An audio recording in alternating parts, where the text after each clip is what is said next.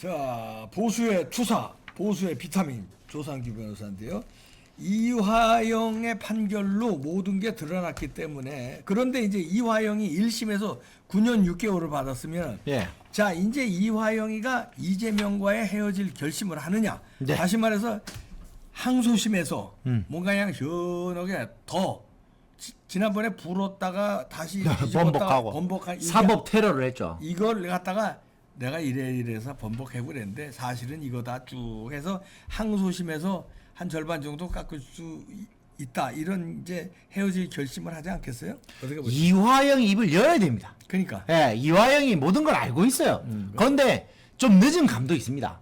그때 당시에 무슨 쟁점으로 사법 테러가 일어난지 아시지 않습니까? 이화영이 그러면 대북 송금, 방북 이 모든 절차에 대해서 스마트팜 뭐 이런 거에 대해서 이재명한테 보고를 했냐 안 했냐 딱 그 쟁점밖에 없었거든요. 근데 이번에 재판부가 이렇게 이야기하면 이재명 대표에게 스마트팜 사업비 대납 등의 사실이 보고가 됐고라고 이미 판결문에 적시가 됐습니다. 그리고 이 대표와 두 차례 통화했다는 김성태의 진술은 일관되고 구체적이며 사실관계가 모순되지 않아 신빙성이 있다. 이화영이요, 이제 기회가 없어요. 본인이 그렇게 말 안 하려고 했던, 난 이재명한테 보고 안 했어요. 판결문에 보고했다고 돼 있잖아요. 이제는 뭐 빼박이에요. 이제 빼박이라니까요. 끝났어. 자, 또 말씀드리겠습니다. 이재명이라는 단어가 판결문에 104번 들어가요. 그렇다며. 그럼 판결문의 주인공이 누구예요? 이재명이지. 그때 그 김용인가 그 재판 있잖아요. 그때도 김용 재판이에요, 그게? 완전 이재명 재판이지. 이재명이라는 단어가 더 많이 들어가요. 자, 그러면 이때 당시에 이화영이 진술만 안 했을 뿐이지 간접 증거들, 그러니까 그 부수적인 증거들은 막 차고 넘쳤다는 거예요. 첫째, 이화영이 지위가 뭡니까? 부시자, 부지사. 평화 부지사. 대한민국 대북 관계하는 담당 부지사야. 최고 책임자죠. 최고 책임자. 부지사야. 부지사는 이재명밖에 없고. 이재명밖에 없죠. 보고 체계가 이재명밖에 없어요. 그럼 부지사는 지사한테 보고할 수밖에 없잖아요. 네. 당연한 거 아니에요. 당연하지. 그리고 평화부지사라는 자리가 없었잖아요. 처음 생겼잖아요. 그 이재명이 만들었지. 이재명이 만들었잖아요. 이 목적으로 만드는 거야. 그러니까. 이목적으로. 그러면 얘가 누구한테 보고를 해요? 태명이지. 그러니까요. 이거를 부정할 수 있는 사람이 대한민국에 존재하냐는 없어요, 거죠. 없어요. 그러니까 판례도 보고해달라고 하잖아요. 지금 이따 문다고 되는 문제가 아니에요. 자, 그러면 평화부지사라는 자리도 그렇게 만들어졌기 때문에 안 된다. 본인이 거짓말 한다고 해도 안 된다. 또 있습니다. 당시에 대북 방북에 대해서요, 통일부에 신고까지 했습니다. 진행하겠다고. 그러니까. 누가 가는 거예요? 이화영이 가는 거예요? 이재명이 가는 이재명이 간다니까요. 이재명이 가는데 김성태가 돈 보냈으면 당연히 이거는 이재명을 위해서 돈 보낸 제3자 뇌물 아닙니까? 그걸 100억이 갔고요. 자, 그리고 이재명이 경기지사 이 낙인이 찍혀 있는 공문이 4차례나 북한으로 넘어갔습니다. 근데 그걸 이재명이 또 오리발 내밀대. 자기는 모르고 이화영이가 갔다가 몰래 한 거라고. 이화영이가 그 방북해가지고 이화영이 대선 출마할 거예요. 이화영이가 대선 출마하냐고요. 이화영이가 이 대북 이슈 만들어가지고 본인 국회의원 하냐고요. 그 모든 것이 이화영하고는 고리가 없어요. 이화영은 그냥 부지사로서 자기 역할을 하는 것 뿐이에요. 뭐 한 대로 시키는 대로. 그러니까 이화영 이슈가 아니라니까요. 이거 이화영이 입 다물고 있을 이슈가 아닙니다. 또 한 가지 증거가 있습니다. 뭐. 또 재밌는 게 있습니다. 자, 북한 측이 100억도 모자라서 이렇게 요구를 했습니다. 쌀 10만 톤, 2천억 상당입니다. 쌀 10만 톤을 보내주면 7월 중에 방북이 가능하다. 그래서 곧바로 쌀 지원 약속을 담아 공문을 보내기도 했다. 이런 뉴스가 있습니다. 그러니까. 그러면 북한한테 눈탱이 맞은 거거든요. 무슨 말이냐면 사기당했지.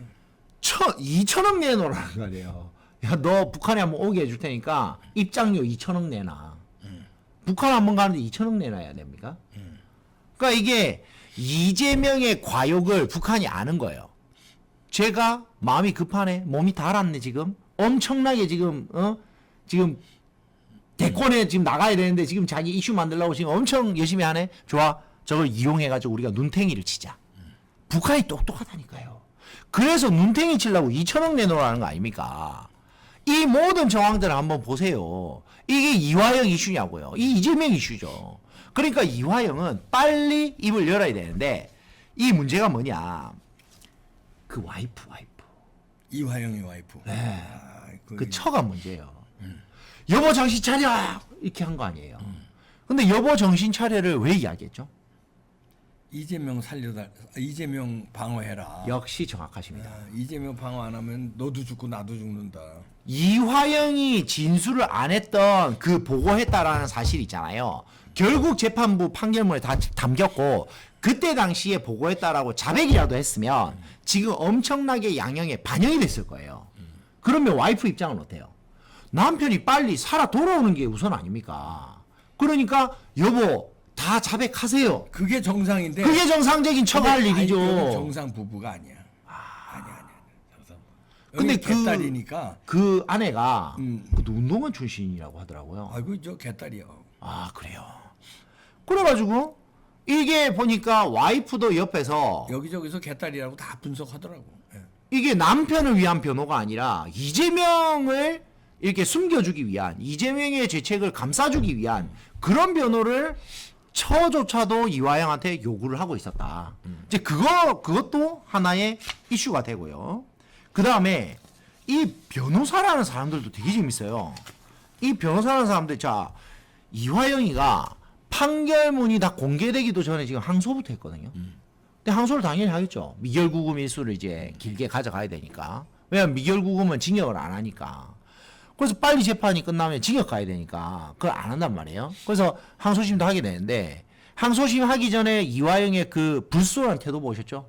술을 먹었는데 나 안 먹었다. 나 먹었다. 그다음에 연어 갖고 와서 먹었다. 김성태 직원들이 나한테 연어 갖다 주더라. 매를 불었지. 네. 그러면서 엄청나게 정말 찍혔죠. 정말 불순한 태도를 보였죠. 그런데 이 변호사들도 되게 재밌어요. 항소 여부에 대해서는 변호사가 이렇게 이야기합니다. 형수님과 상의해서 준비하겠다. 형수님이 누구야? 이화영 처. 야, 이건 무슨 이게 변호사야, 뭐죠, 이게? 조폭이야. 이게 뭐죠 이게? 형수님과 얘기해서. 이 두 가지예요. 이화영의 처와 상의하겠다.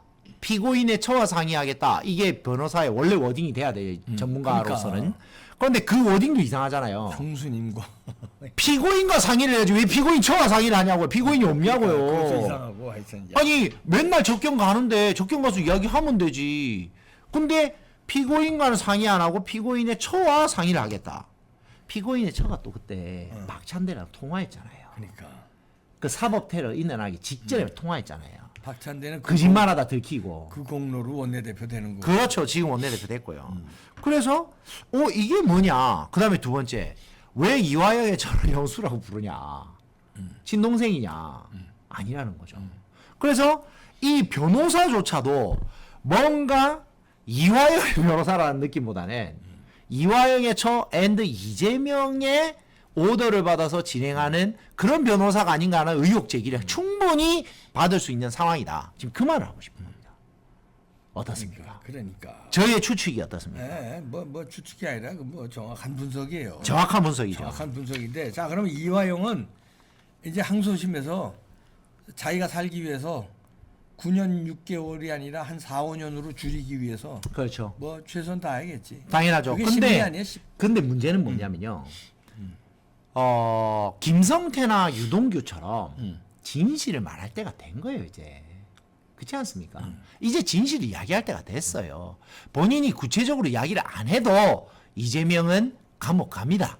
하지만 본인이 그러니까 진짜 실체 진실을 이야기를 하게 되면 역사에 남겠죠. 아, 저 사람은 이 이재명의 과오에 대해서 정말 반성을 하고 본인이 했던 일을 반성을 하고 그리고 그걸 국민들에게 정말 명명백백하게 보여줌으로써 그 뭐랄까 죄를 씻었다. 그러니까 저 사람 좀 봐주자. 이렇게 해서 한 3년.